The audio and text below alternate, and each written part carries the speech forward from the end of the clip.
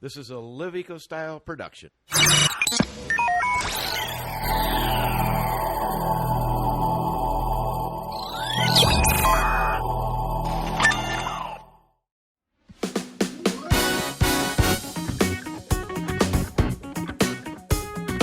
And that's my clapboard. Anyway, good morning, everybody. This is old Uncle Randy, and this is Live Eco Styles, the Eco Minute. And we are really happy to be coming to you, well, in fact, live today. High atop the 48th floor, overlooking beautiful northern Illinois, frosty southern Wisconsin, with the cold winds blowing down from Canada today. We're going to go from 72 degrees low tonight. Oh no, the pond might freeze over. You never know, but fall is here. And we're going to be talking with somebody that you can see right now. It is Ricky Klein, and he is in a beautiful part of the country. I'm sure the colors are getting fervent. And good morning, Ricky. How are you doing? I'm doing fabulously. Thanks for having me. Yeah, he was so fabulously amped up. We have to cut off the sugar about a half an hour ago, but I love the spirit. Anyway, you folks are now pronounced, is it Gronfeld? I always want to put the German. You nailed it. Gronfeld. You nailed it. Is it German or is it? No, it's a bad play on words. It's actually Grun is green and Fell is mountain, and Vermont is Ver is green and Mont is mountain. It's Old Norse for Vermont. Yeah, the German I had then. Good. Yep. And then as a side set to that, Havoc Mead is something you produce because it's some great terminology. And thank you. It's really it's very, very cool. So anyway, you and your wife started this meadery. Tell us the story, how you got into it, and what's your history? Yeah, so we like to joke that we started the meadery in the normal way, because when we started, there were only about 100 of us in the U.S. making mead, and we were two of them, Grunfeld and Havoc. Therefore, on average, we represent like a 50th of how all companies got started. But yeah, we were both brewers, but we come from very different backgrounds. She has a theoretical mathematics degree. I have a couple useless theology degrees. And we knew we wanted to move back to Vermont from the Midwest. We loved living out there, but this is home. And we ran through a whole bunch of different things we could do that we enjoyed: tea shops, running in, and all the classic Vermont things. And what kept coming back was mead making. And it was an opportunity to create a beverage that wasn't really available on the market. There were only honey wines, which is a type of mead. Mm-hmm. But what we had been producing out in the Midwest is craft mead with bubbles.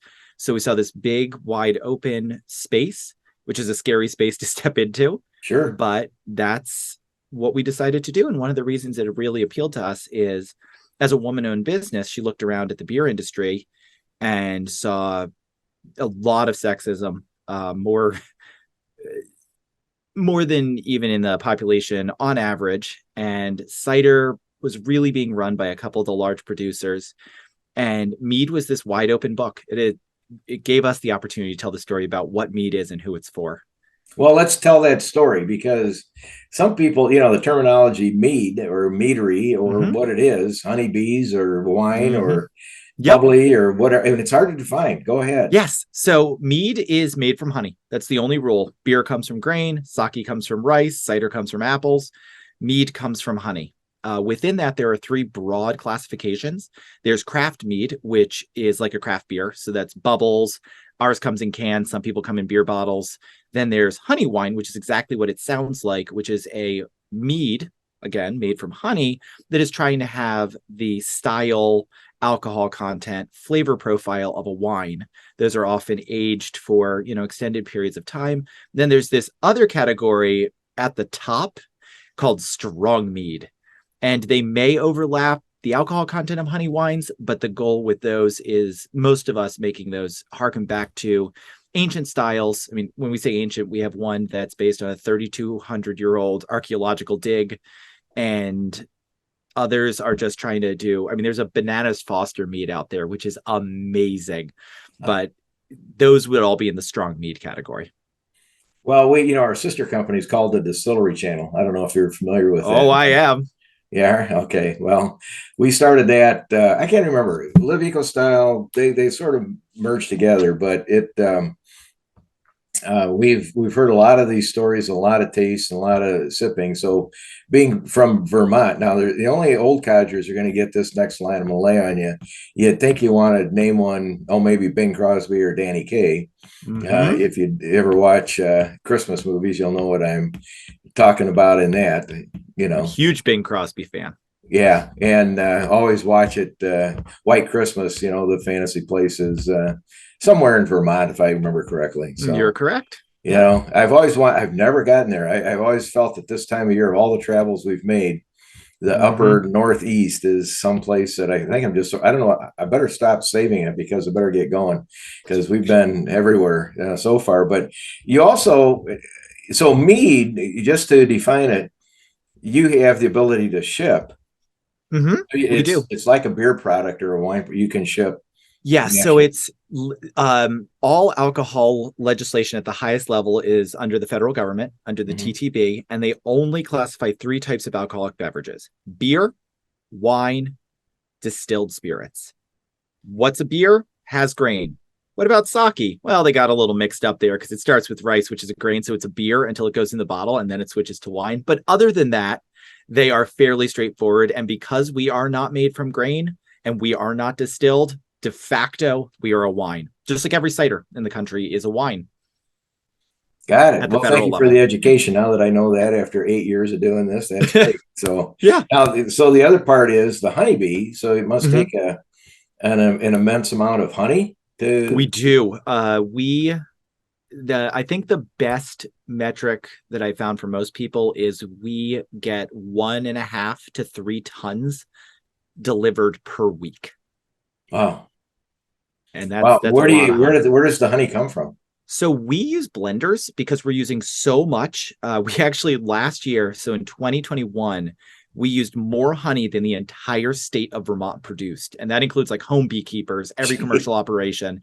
Wow. So because we're more in the beer style, what we want is a fairly consistent product. It's an agricultural product. I love that it changes. It's more like a Belgian beer in that way that every batch is a little different, but we have two blenders we work with here in the US that use a combination of Canadian, US, and then honey from two other countries to blend to our color and flavor specifications. So it's about as consistent as possible.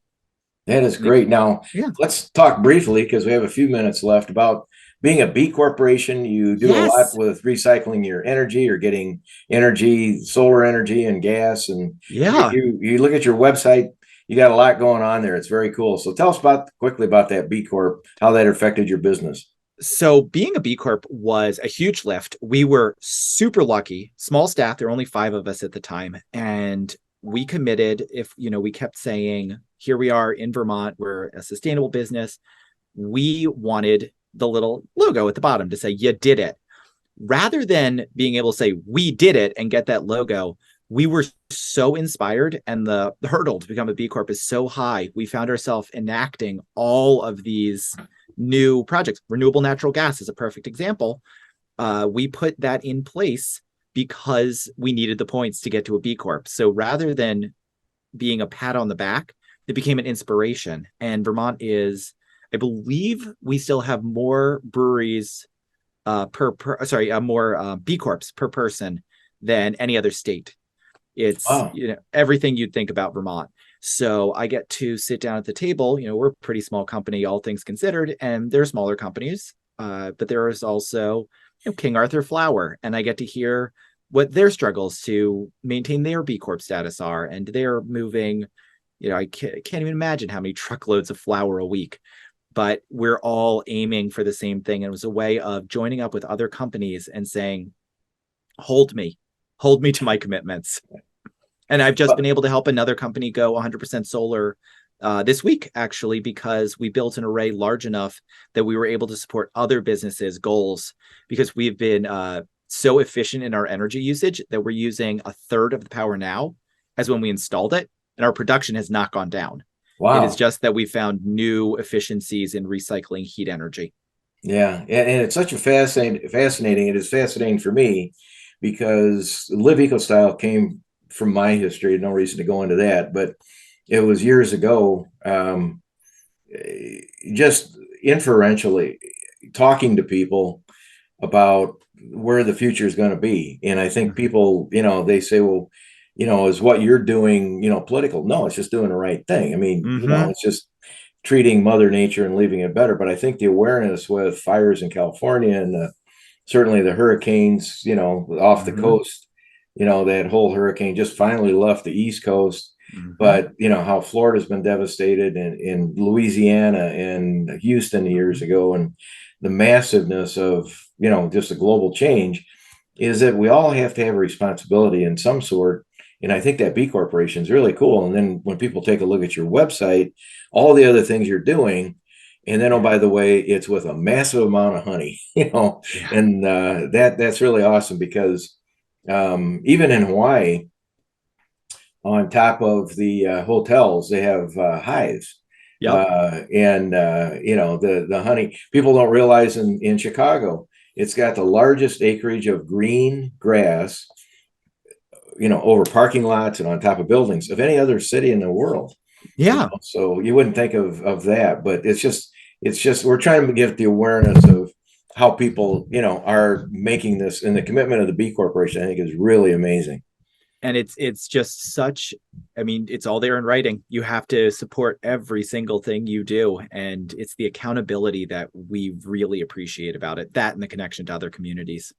Well, and this is a partnership with you and your wife. And now she's the owner. She's the female part of the female part. She's the CEO and primary owner of the company. Yeah. And does that give you certain advantages also? It probably does. I filled out the paperwork years ago, but I'm pretty certain that gives you a boost. We also, the primary executive team is female led. We have a joke that we have in a very traditionally male dominated industry, even into what's now being called the beyond beer sector, which I think is hilarious. It's not like mead or cider, is beyond beer, but we have one guy on the staff that loves to joke, but he's correct that he's the only straight white man working for our brewery. And he said that makes him unique, because there's no other brewery unless there's only one person in it that can make that claim. And he's probably not quite right, but yeah. That's great. Well, I'll tell you. So tell us a little bit about, do you have events at your place? What kind of fun do you have? Yeah, so a lot of fun. We are in a big old industrial park. So yes, it is absolutely beautiful outside, just like you expected. Well, let's dial it back just for a minute. Near what town? We're in St. Albans. The Canadian border is so close that if you show up and you have Verizon, your phone will say, "Welcome to Canada." Wow. Okay. So we are right up here at the Canadian border, and one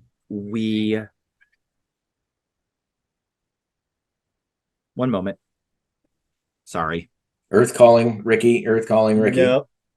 Sorry, there was a child screaming right outside. Oh, yeah, it's my child. No, we're good. We are good. Yeah. Yes, I have my children come with me to work every day. They have their own play area here, my 1 and 5 year old. So very family oriented company. We have a few other employees that bring their older children in on days off, which is great because then they watch the little ones. But absolutely beautiful. Here I am sitting in the solar step down room because it was the only office after 9 years that anyone let me have. But that's fine. I like it. No one bugs me in here except for the kids.